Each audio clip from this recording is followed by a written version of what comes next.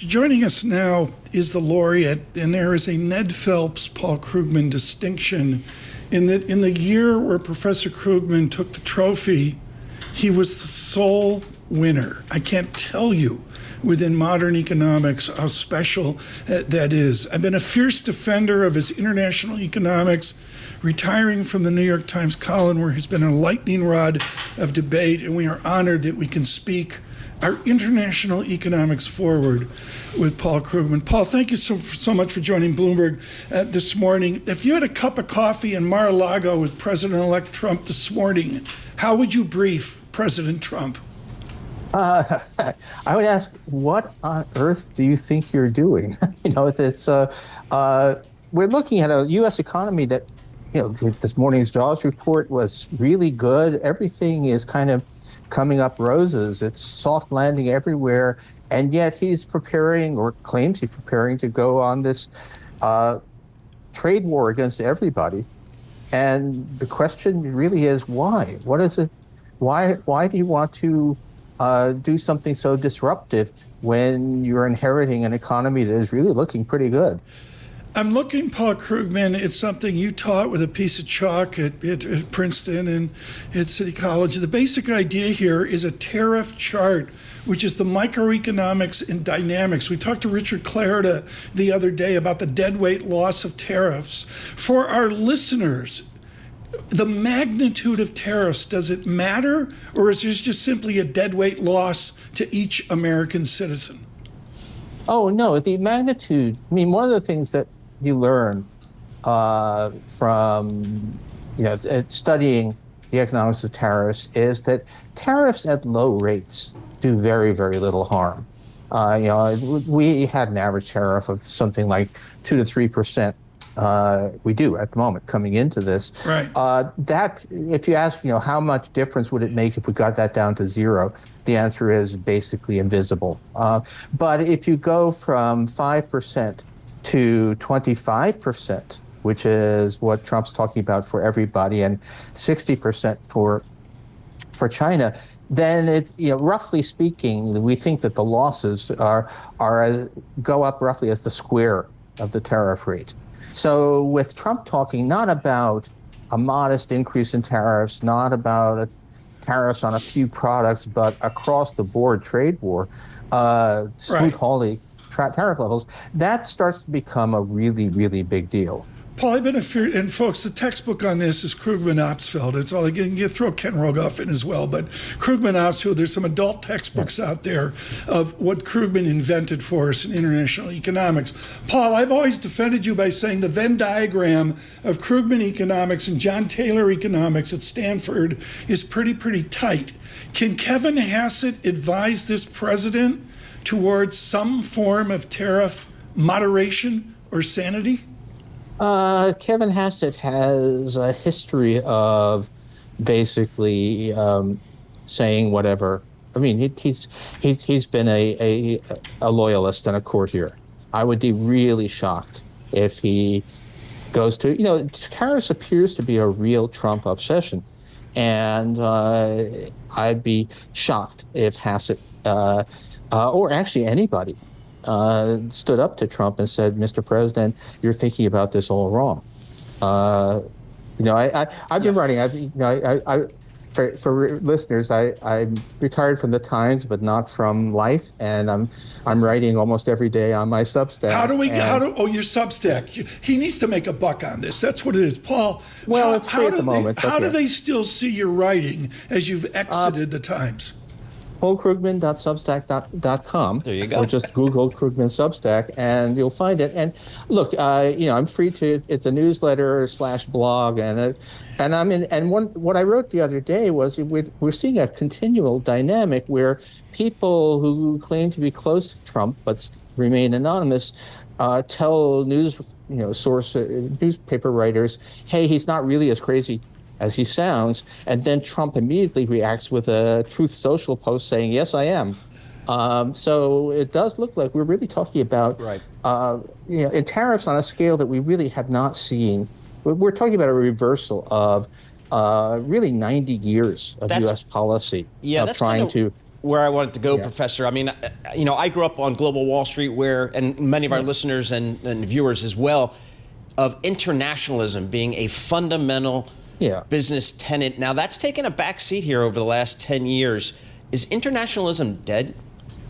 Well, probably in the form it was, yeah. I mean, a lot of this was U.S. hegemony, and we thought that a more prosperous, peaceful world was in our interest. What was good for the world was good for America, and we thought that freer trade was good for America, and we led the way. We built a world trading system kind of in U.S.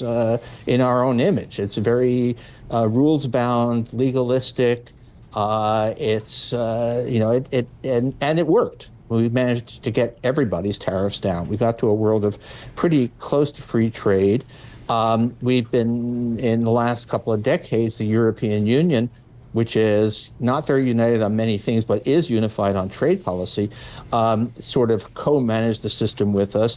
Now we've gotten much more nationalistic, and even Biden was pursuing, for I think pretty good reasons, some pretty seriously nationalistic policies, specifically on technology and China. But so the age of full-on more globalism is good. That's behind us. Yep. That really died about a decade ago. But there's a big difference between saying, okay, we're going to be much more selective about this and maybe even be protectionist here and there, and saying, Smoot-Hawley had the right idea, which is basically what Trump is saying. Right. So, Professor, today's a big jobs day here on a global Wall Street, showing again the strength of the U.S. labor market. That calls into question another one of the president-elect's policies, which is about immigration and what to do with the migrants that are already here. From an economic perspective, how would you advise the president on thinking about immigration policy? I mean, immigration has been one of the great strengths of the U.S. economy. Whatever else you may think about it, it's not actually a source of crime or any of the things that he says, but the immigration has been a tremendous safety valve. It's helped to contain inflation, and immigrants, particularly, if I might say, undocumented immigrants, they're not evenly spread across the U.S. economy. They're a really critical part of the labor force in some particular sectors. If you're worried about agriculture or meat packing or construction, those are all sectors where we have an aging. The native-born population is aging. The working age native-born population is shrinking because we've had low fertility for a really long time.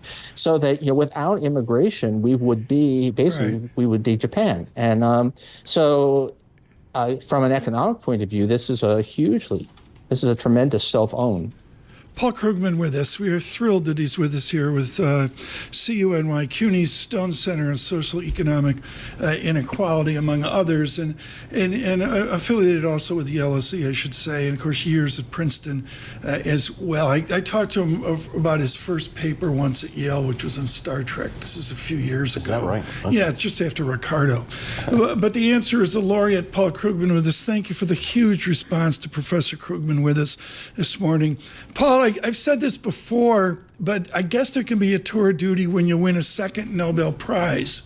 You deserve a second Nobel Prize for your persistent discussion of wages and monopsony in America. Folks, monopsony, the model, is a rubber plantation in Malaysia where the rubber plantation sets the price because they have power over all the farmers and the rubber trees and the manufacturing process.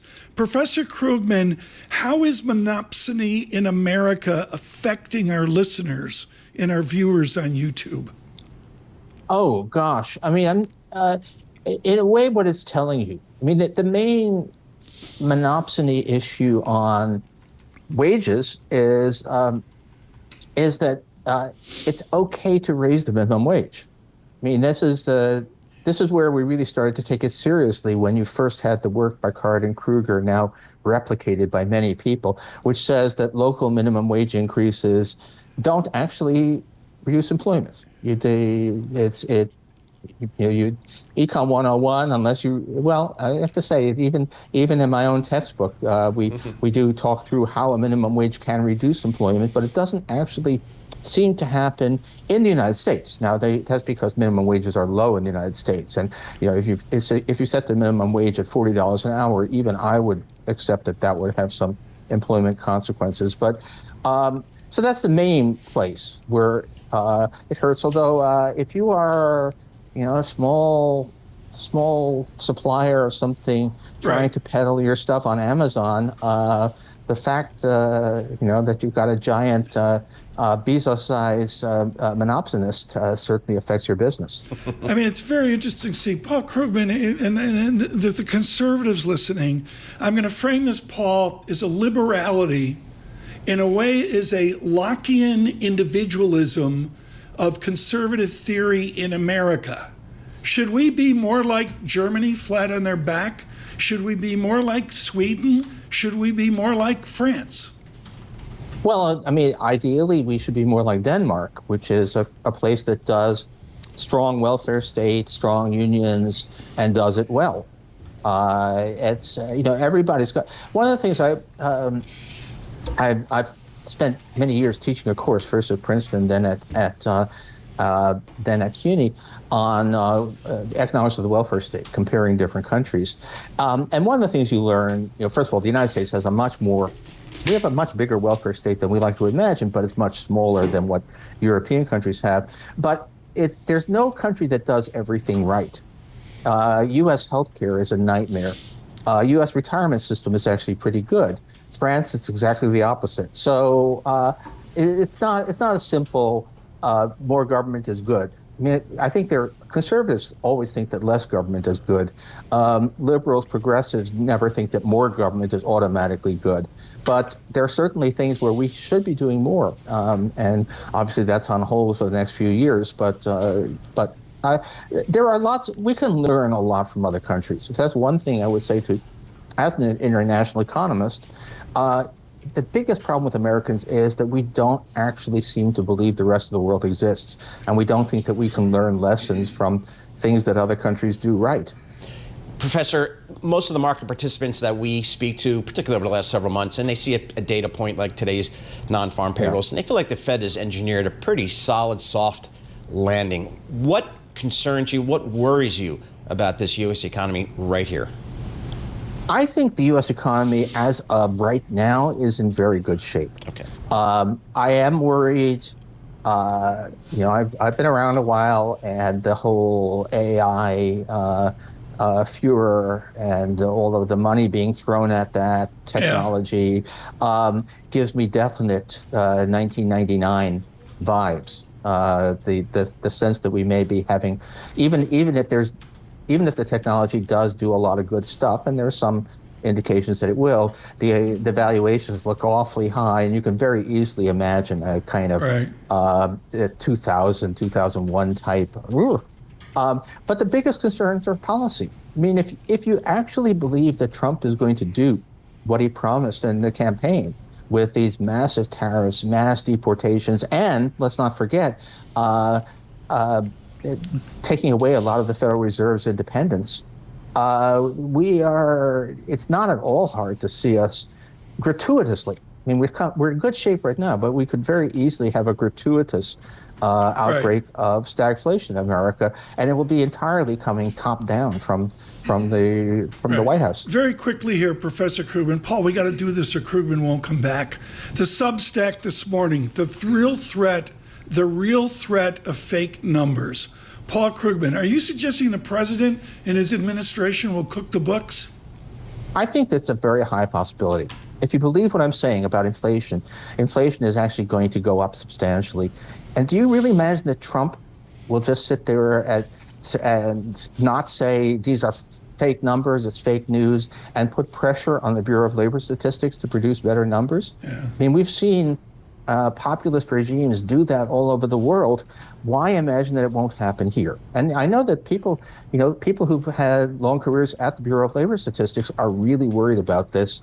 So I was just saying, flag this. This is something to watch. Paul, generous of your time. Thank you so much again. Paul Krugman, A New Life on. He got it from Adam Tooze. Yeah. Substack. Yep. Maybe we should do a Substack. Maybe we should do that. Paul Krugman, thank you so much. And the Nobel laureate of Princeton always, and CUNY as well.